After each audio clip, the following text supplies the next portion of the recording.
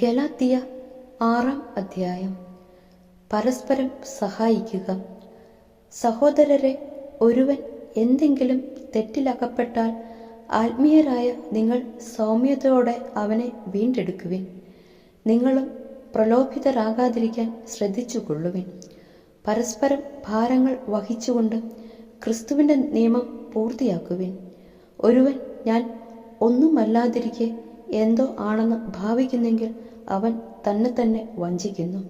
എന്നാൽ ഓരോ വ്യക്തിയും സ്വന്തം ചെയ്തികൾ വിലയിരുത്തട്ടെ. അപ്പോൾ അഭിമാനിക്കാനുള്ള വക അവനിൽ തന്നെ ആയിരിക്കും, മറ്റുള്ളവരിലായിരിക്കുകയില്ല.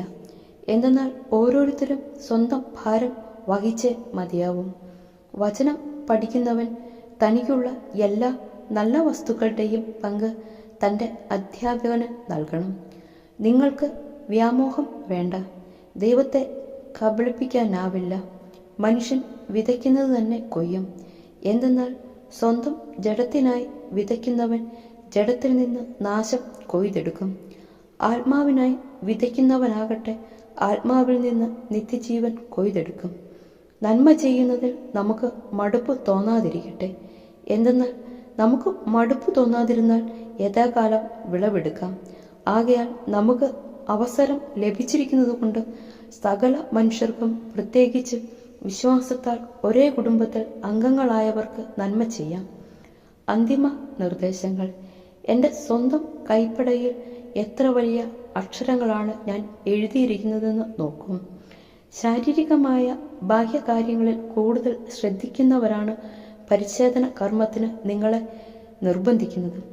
ക്രിസ്തുവിൻ്റെ കുരിശിനെ പ്രതി പീഡിപ്പിക്കപ്പെടാതിരിക്കാൻ വേണ്ടി മാത്രമാണ് അവർ അങ്ങനെ ചെയ്യുന്നത്. എന്തെന്നാൽ പരിച്ഛേദനം സ്വീകരിച്ച അവർ പോലും നിയമം അനുസരിക്കുന്നില്ല. എന്നാൽ നിങ്ങളുടെ ശരീരത്തെക്കുറിച്ച് അവർക്ക് മേന്മ ഭാവിക്കാൻ കഴിയേണ്ടതിന് നിങ്ങളും പരിച്ഛേദിതരായി കാണാൻ അവർ ആഗ്രഹിക്കുന്നു. നമ്മുടെ കർത്താവായ യേശുക്രിസ്തുവിൻ്റെ കുരിശിലല്ലാതെ മറ്റൊന്നിലും മേന്മ ഭാവിക്കാൻ എനിക്ക് ഇടയാകാതിരിക്കട്ടെ. അവനെ പ്രതി ലോകം എനിക്കും ഞാൻ ലോകത്തിനും ക്രൂശിക്കപ്പെട്ടിരിക്കുന്നു. പരിച്ഛേദന കർമ്മം നടത്തുന്നതിലോ നടത്താതിരിക്കുന്നതിലോ കാര്യമില്ല. പുതിയ സൃഷ്ടിയാവുക എന്നതാണ് പരമപ്രധാനം. ഈ നിയമം അനുസരിച്ച് വ്യാപരിക്കുന്ന എല്ലാവർക്കും, അതായത് ദൈവത്തിൻ്റെ ഇസ്രയേലിന് സമാധാനവും കാരുണ്യവും ഉണ്ടാകട്ടെ. ഇനിമേൽ ആരും എന്നെ ബുദ്ധിമുട്ടിക്കരുത്. എന്തെന്നാൽ ഞാൻ എൻ്റെ ശരീരത്തിൽ യേശുവിൻ്റെ അടയാളങ്ങൾ ധരിക്കുന്നു.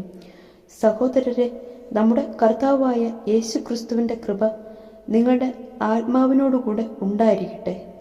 ആമേൻ.